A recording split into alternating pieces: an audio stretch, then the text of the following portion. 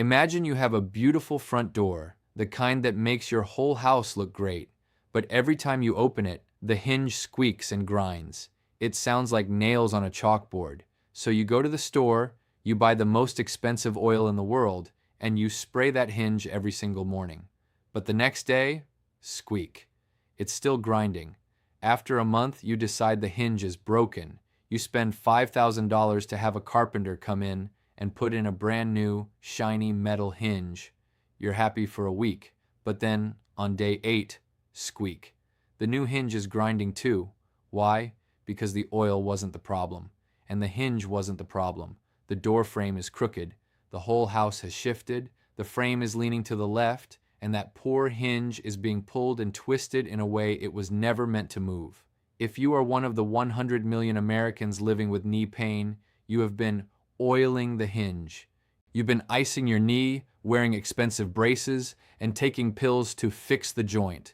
But for most of you over 40, your knee is perfectly fine. Your knee is just a victim of a crooked frame higher up in your body. My name is John Connell. I've spent 20 years looking at the science behind how our bodies work, and on this channel, I take that research and turn it into practical information you can actually use. I'm not a doctor. I don't want to give you a prescription. I'm a researcher who digs through the physical therapy data, the orthopedic journals, and the clinical studies that most people never see. Today I'm going to show you why your knee is the innocent middle child of your leg. I'm going to reveal the one specific hidden muscle that is likely the real villain behind your pain. And most importantly, I'm going to give you a 25-minute masterclass on how to fix your frame so your hinge can finally stop screaming. Over the next 20 minutes, we are going to go deep.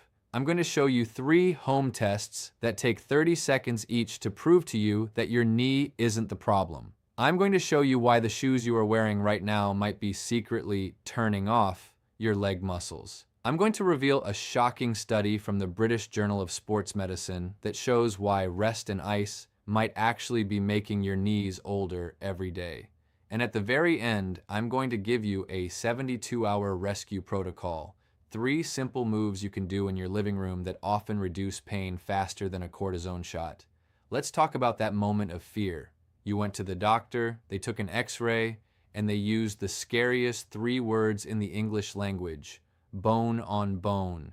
They showed you a blurry black and white image and pointed to a tiny gap.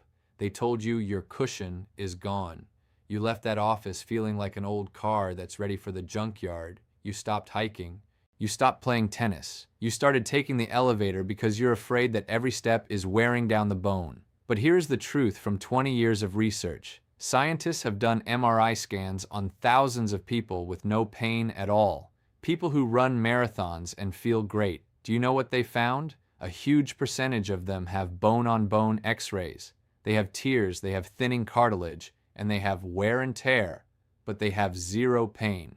This proves that the image isn't the illness. Your pain isn't coming from the bone. It's coming from how the joint is being pulled.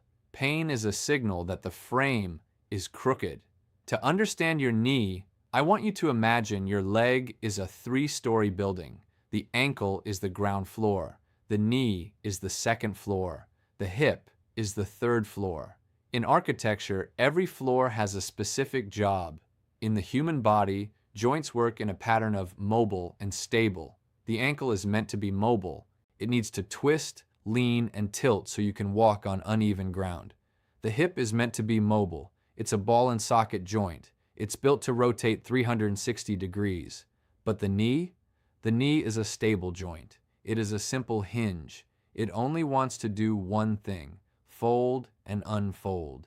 It hates twisting. It hates tilting. Here is the crooked frame secret. When you sit in a chair for 8 hours a day, your hips get stiff. When you wear stiff, heavy shoes, your ankles get locked up. Suddenly, the 1st and 3rd floors of your building stop moving. But your body still needs to move. So, it goes to the only floor left that can move, the 2nd floor. It forces your knee to do the twisting and the tilting that the hip and ankle were supposed to do. Your knee is like a middle child being forced to do the chores of both his brothers. It's doing 3 times the work it was designed for. That grinding you feel, that's just the sound of a hinge being twisted sideways. Now we get to the hidden muscle. If the knee is the victim, who is the bully? It's a muscle on the side of your butt called the gluteus medius. Think of this muscle as the guy holding the rope. Imagine you're walking across a tightrope.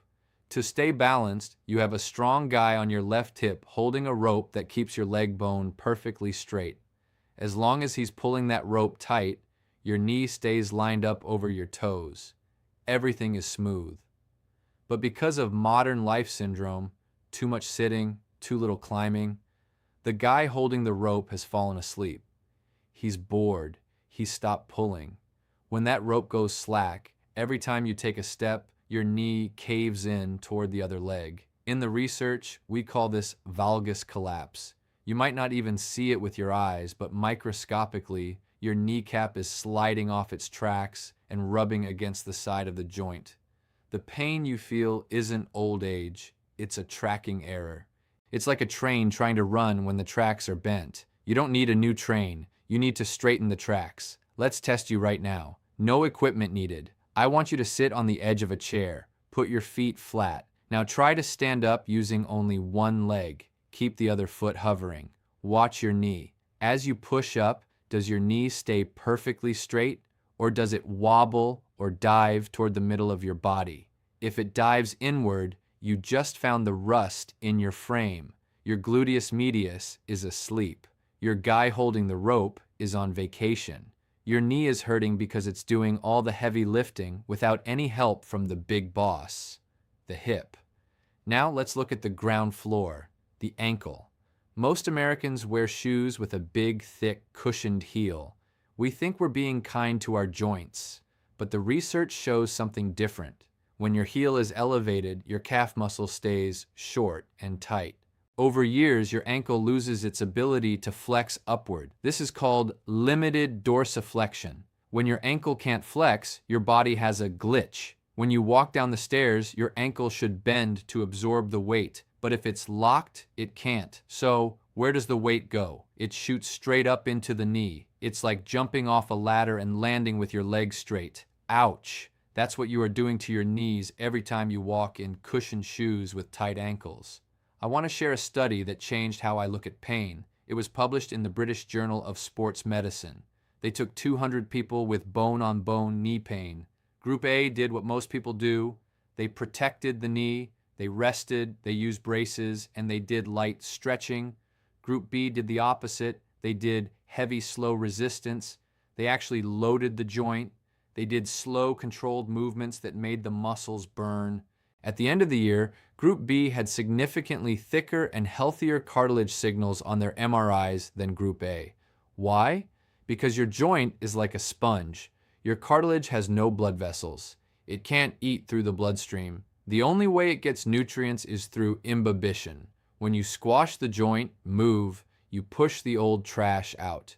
When you release it, the joint sucks in fresh fluid and nutrients. If you rest and ice, your joint is like a dry sponge sitting on a counter. It gets brittle, it cracks, it dies. Movement isn't what wears you out. Inactivity is what wears you out. So, how do we fix the frame? We don't need a gym. We need to wake up the muscles that have gone to sleep.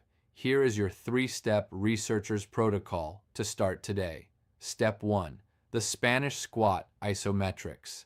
Find a heavy exercise band or a rolled up bed sheet. Loop it around a sturdy pole or a door handle. Put the loops behind your knees. Lean back so the band is pulling your knees forward. Now, sit back into a mini chair pose. Just hold it. Don't move. Why it works? This is an isometric. It puts huge tension on the tendon and muscle without rubbing the joint surfaces together. It's like weightlifting for people who can't lift weights. Do this for 45 seconds, 3 times. Your pain will often drop by 50% immediately after. Step 2. The backward stroll. Find a flat place, a hallway or a park. Walk backward for 5 minutes. Why it works? When you walk forward, your toes do the work and the knee takes the hit. When you walk backward, you force the hip and the VMO, the teardrop muscle on the inside of the knee, to take the lead. This retracts the kneecap. It's the closest thing to cleaning the rust off the hinge that exists in nature. Step 3. The wall cloud, ankle reset. Stand facing a wall. Put your toes 2 inches from the wall. Now try to touch your knee to the wall without your heel lifting up. If you can't, move your foot closer. Do this 20 times a day. Why it works. You are teaching the ground floor how to be mobile again, so the second floor, the knee, doesn't have to do its job. I am not a doctor. I am a researcher who looks at the long game. If your knee is hot, purple, or you can't put any weight on it at all, go to the emergency room. That is a structural emergency. But if you have that nagging ache, that old age stiffness, I want you to stop being afraid of your body. You are not a machine that is wearing out. You are a biological organism that is adapting to how you use it. Your knee isn't the problem. It's just the one holding the bill for a hip that isn't working and an ankle that is locked. Fix the frame and the hinge will take care of itself. If this ELI5 explanation made more sense to you than your last doctor's visit, hit that subscribe button. Every week we take the scary medical topics and find the simple research-backed truth. Leave a comment below. Did you pass the chair test? I want to know. I read every single comment. And if you want to know how insulin from our last video actually makes this inflammation worse, click the video on the screen now. I'm Connell. Fix your frame. I'll see you in the next one.